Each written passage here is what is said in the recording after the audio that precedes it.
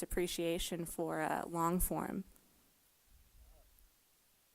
Yeah, well, I think some of it's still great. Like if you have something that no one else has and you have it reported already, that's awesome. And that's the greatest part about Twitter is you can really, no one else has. They can't. No one can just confirm it.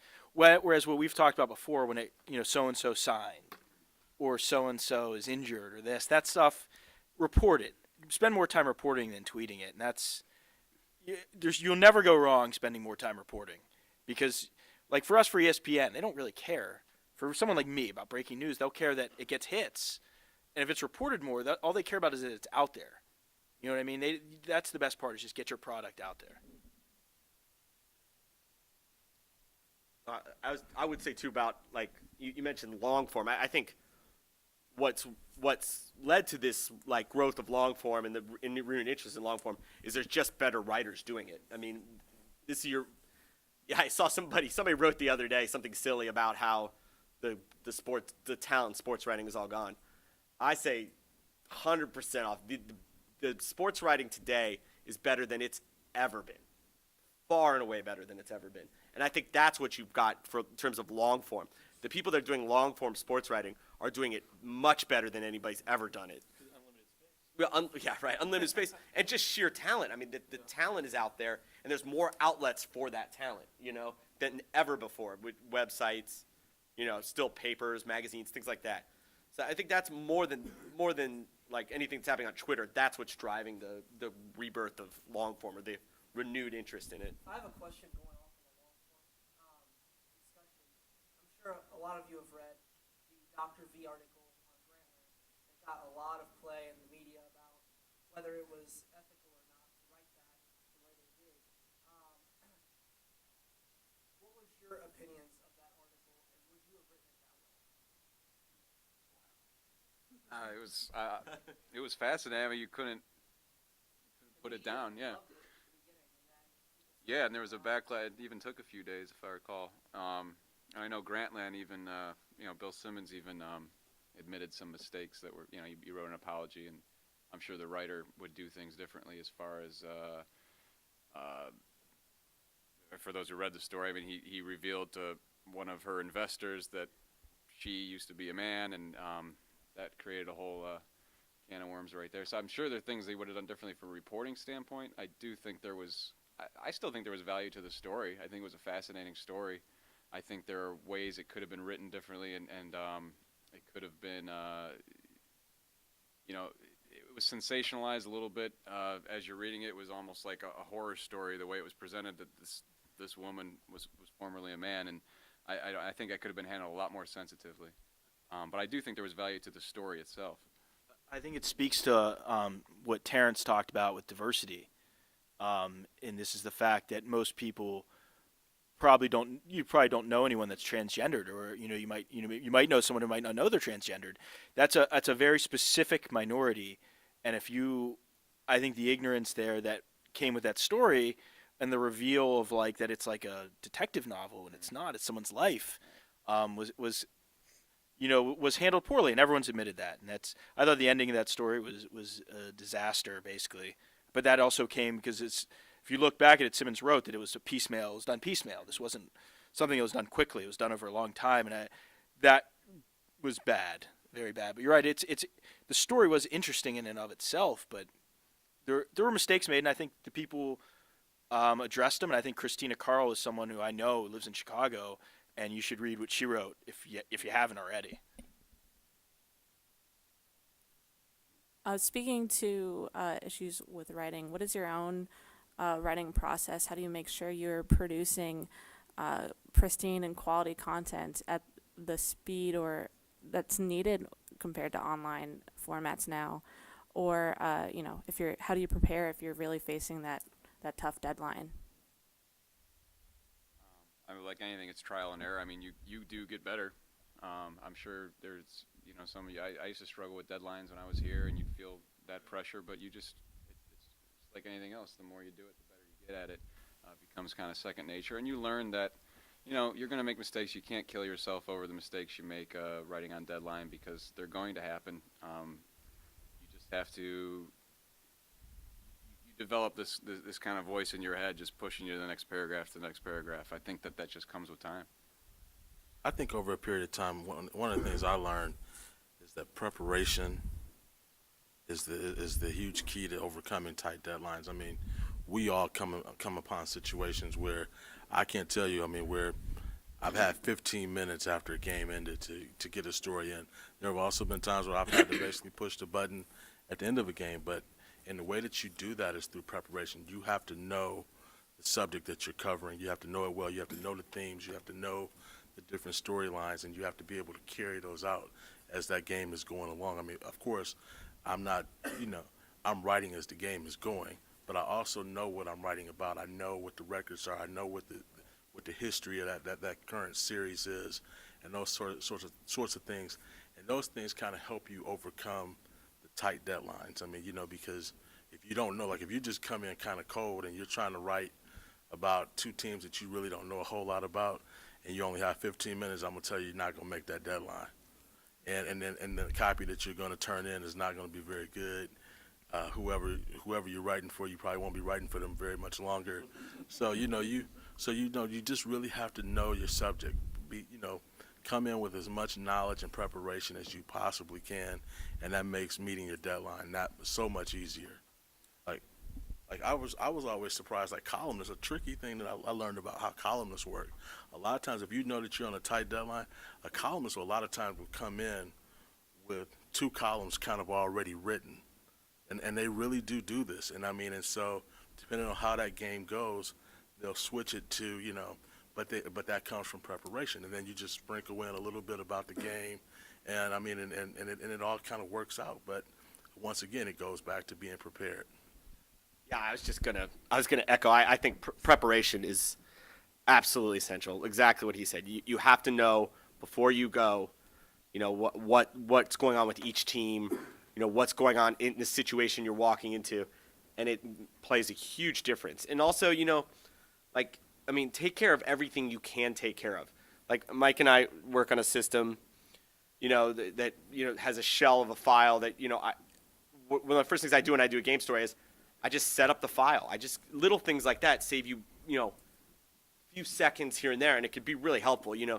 Just be prepared. Read the game notes, look at the statistics, know the trends, know what's going on with, whatever you're walking into, and it plays a huge difference in, the product you produce, and it makes a huge difference in terms of meeting deadlines and delivering fast copy. It's 100% exactly what Terrance just said. I have a whole routine that I go through before and during the game, from what time I get to the arena or stadium, to reading through all the game notes for both teams, to what I do at halftime. And it helps immensely because it puts you at ease when you know that you're going through the same routine all the time. We at AP, we have to have stuff ready for both sides. We have to have that perspective because we generally write from the winning team's perspective, and you don't know who's going to win the game. So you got to be prepared for both of those things. I had a game the other night, Wichita State and Indiana State. And Wichita State led most of the game, and all of a sudden with 2 minutes left, it's 58-56, and Indiana State's got a chance to tie or take the lead, and you got to be ready. That story has to get to Jay within 10 minutes after the game, and I have to have 400 words ready to file at that point. So what I had was with about 8 minutes to go, I had a 150-word lead, which is what we call our news nows. I had that ready to go on Wichita State, and with 2 minutes left to go, I was writing a 150-word lead on Indiana State, and the body of that story was done for the most part because I had done it at halftime and throughout the second half, so I was good to go either way. And that's how I try and make deadlines. Our organization just recently had a conversation with John Branch, and if you're not familiar with him, he is a sports reporter for the New York Times. He said one of the biggest challenges sometimes as a sports reporter who covers more national news is finding that unique or different angle for stories when you're covering something like the Super Bowl or the Olympics or the World Series. So what exactly is your process or routine different when you're trying to find that unique angle, that unique story in a certain setting or event or even breaking news? But this is something I was going to say earlier. I mean, no source is too small, in my opinion, when it comes to if you're covering a team or if you're just, with a team for one day. I mean, when I was down here, I got a lot of great story ideas from the secretary of the basketball coach. I think she was a really helpful resource for me. I think she's still here. Is she still here? Yeah, Brenda I think so, White? yeah. Yeah, she's excellent. Covering baseball now, clubhouse guys, I mean, they know they know everything. So just always have your ear out and your eye out. You can learn a lot by watching. I think that was Yogi Berra.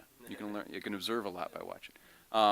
You really can. It's really true. You really I pick out so many great stories just from the unexpected, just from having your eye. You'd be surprised how many people in this business don't have their eyes open.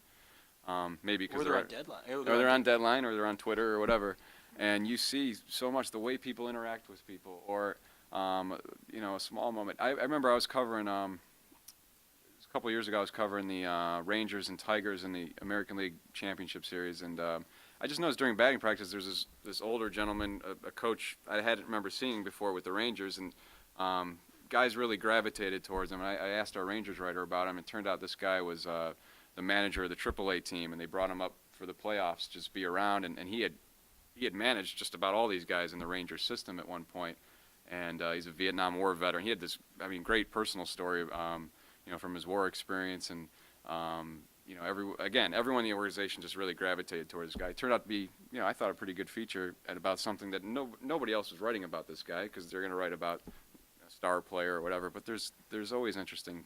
Life is interesting, and sports are interesting, and it's out there. I think if you have time, and especially if you guys are going to end up writing for an online publication, which probably a lot of you basically are, if you don't have that deadline, like you said, when other people are racing around just because they have to get a quote for their story, that's your job.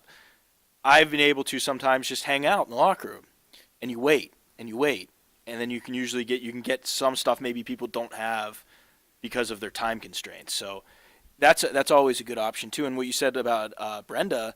I remember when I first started covering sports in Chicago as a freelancer. I was freelancing for the AP and eventually MLB.com. And I noticed one of the reporters in town always had this. He was friends with every single person at the ballpark. And he always had great info. And that's someone I looked up to because he treated everyone with respect. He hung out there. He was a bleacher bum in general. So he knew everyone. And to know everyone and to know people that work in the organization that you would never – people that work in marketing, people that work in sales and ticket sales, you can find out some really great stuff from those people because they have nothing to lose to tell you because they won't get in trouble by the manager. Terrance, I'm sorry to pick on you, but in your bio you mentioned that you were published by the Sports Writing Handbook. And I was wondering if you would be able to tell us what are some of the most popular mistakes or things that young journalists should be aware of? Well, I think in terms of mistakes, one of the things I think goes on in this business now too much is this one source thing, and that really bothers me and it scares me. We came up, with the understanding that it wasn't a fact until you got it from more than two places, and I think nowadays, people will talk to one person, and whether that person is in you might talk to the head trainer or something like that. He may tell you something off the record, but sometimes what that trainer tells you and what is actually the truth, there could be some difference. And so when you report and you report wrong, then the next day you have a problem with the head coach. You have a problem with that player because it's inaccurate. And I think you get inaccuracies when you trust just one person. So the one thing I would stress is, the whole, never trust one source. Make sure you always get at least two people to confirm whatever it is you're reporting on. And I see that a lot, and I think that's why we have so many mistakes in our business at times. Because people are trusting just one person or one source. One source stories to me are kind of scary, and I usually don't believe them. And a lot of times they end up blowing up in the reporters' faces. We all see that very often. So. Yep, and that's it exactly. And you always have to wonder when somebody's telling you something, what's their agenda? Because everybody has an agenda too, and you don't want to be the person that kind of is carrying that agenda along. So based off your own experiences, what are the top 5 things you wish you would have known before starting your work in the industry?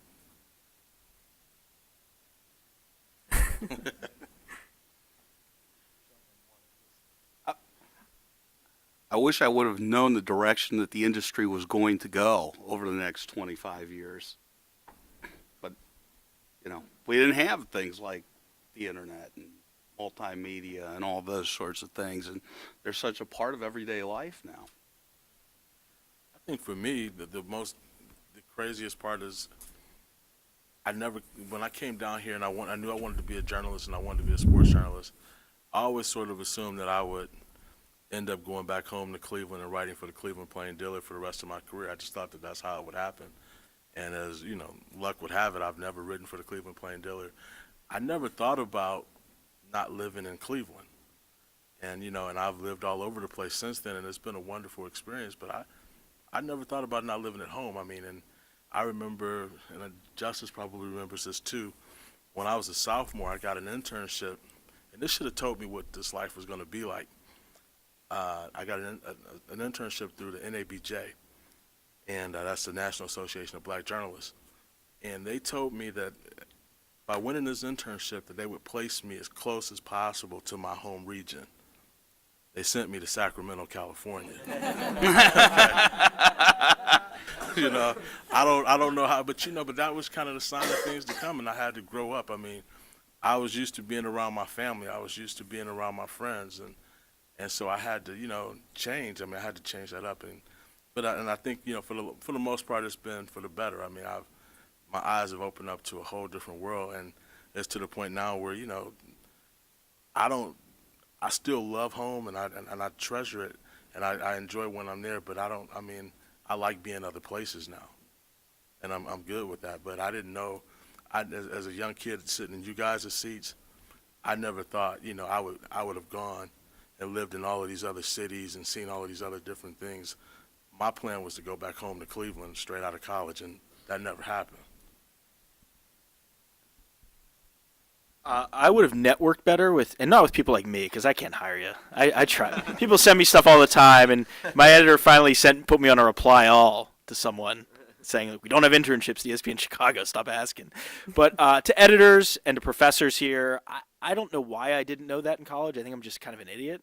But don't be me and don't be that idiot, because I had kind of a slow start to my career, I think, partly because of that. Yeah, I would have. I probably would have read more while I was here than I did. And I read a lot, but I think you kind of get tunnel vision into what you're doing.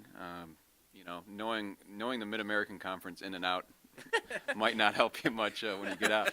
I think I would have just read more great writing. I don't think you could read enough really influence you. And something that John said earlier that really hit home was, to be more worldly and to really, I honestly wish I would have learned more here and not, again, had that tunnel vision. I was worried about writing good game stories. Yeah, I wanted to be. No editor is ever going to care about your game story. And I thought they did. You might think they do. They don't. Right.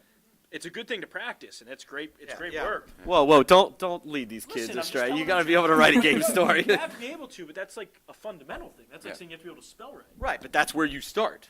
Right, but when you're getting a job, when you're applying Yeah. to jobs, you can't send 10 game stories. People are going to be like. No, you have to. Right. You that's have to be able to do more than And, that. and another thing is, don't worry so much about columns. I actually didn't write a lot of columns in college. Did you? No, I didn't. mean, and don't worry about columns as much. That'll come much later. Get the bedrock. 'Cause We're- you'll we're cringe learning how to when you write read them later. features. You mentioned the application process, and as spring season hopefully comes, a lot of kids are gearing up to graduate and look for those first jobs. So what are some things that they should be really thinking about, and what are questions that they should be asking throughout the interview process?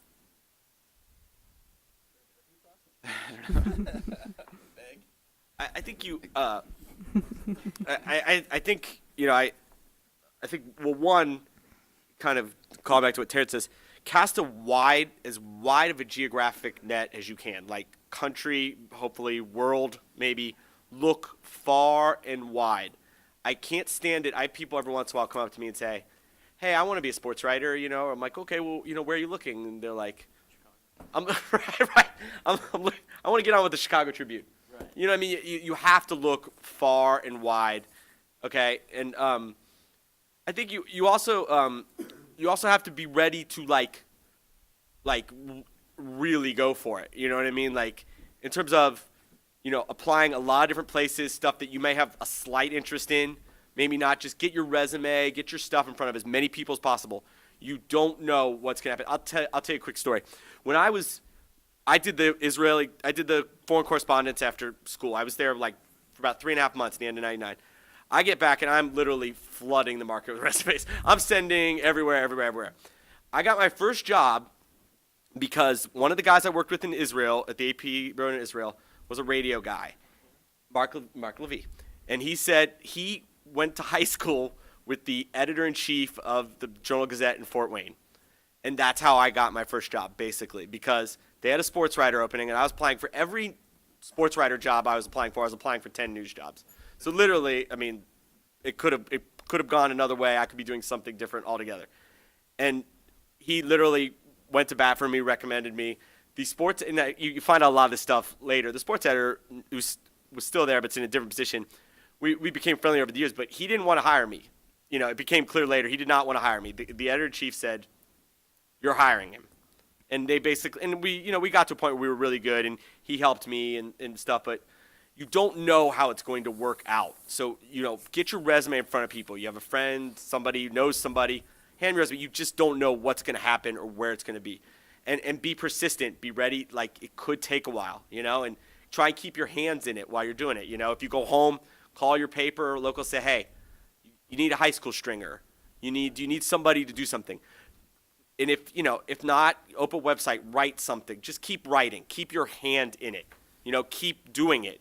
The longer you're in it, the more likely you are able to get a job in any way, shape, or form. The more current clips, the more current work, the more practice you are your form, the easier it will be to get your job. So, just be persistent, and just realize it can take a while. I mean, all of us here can tell you horror stories about times they were at work, times they didn't think this was going to work out, times, Castrovince was successful. Right. Well, some people, some people are just blessed. But I can look back on my life and tell you all kinds of junctures where it could have gone differently, and whether that was sometimes I made the right decision, sometimes I was just lucky, stuff like that. So just, be persistent, be strong, and, keep applying and be open to anything. Everything you do, I tell people all the time, if you want to be a sports writer, there's, in many ways, it's better, be a news writer first. You know what I mean? Take a news job. Learn your way around news. And if you're at a place, you're a news writer, you're doing a good job, and the sports writer opening comes over, you're probably likely to get a better look than you were if you're applying from outside. And those news writing skills are stuff you will use your entire career as a sports writer in 1,000 different ways. So don't just look for sports writing jobs. Look for news writing jobs too. They can help you a ton down the road.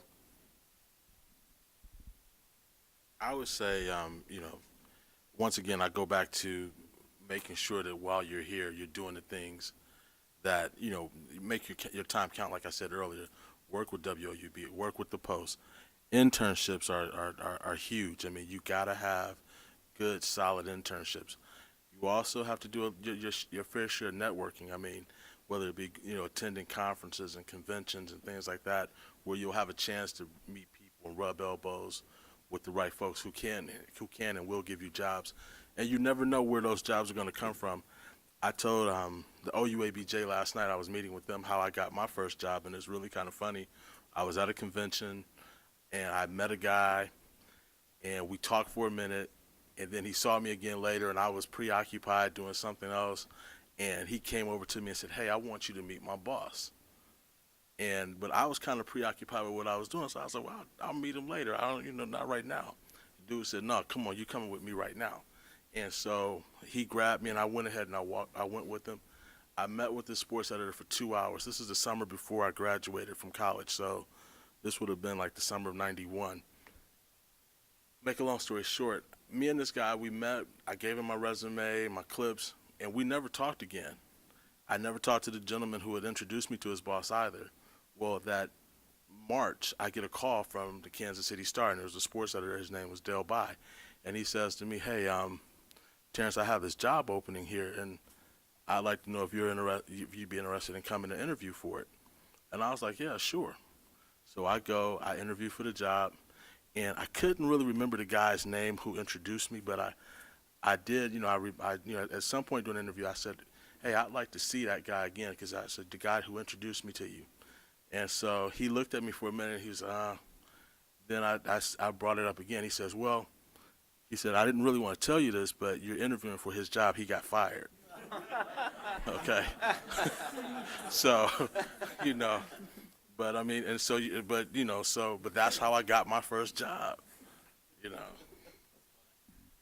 The advice to say yes to anything is really popular for young journalists, but as you guys probably know, that can get you into some sticky situations. For example, something that's going on right now that I'm sure you're aware of is some of the issues that journalists are dealing with in Russia. So how do you deal with those kind of uncomfortable or just inconvenient, I guess, issues? And when do you draw the line where that yes might turn into a no? Well, anyone who's covered baseball, we laugh at the people complaining about their Russian hotel rooms. Life is inconvenient, and it's messy. I think you got to have a lot of humility in this business, or in any business for that matter. I think that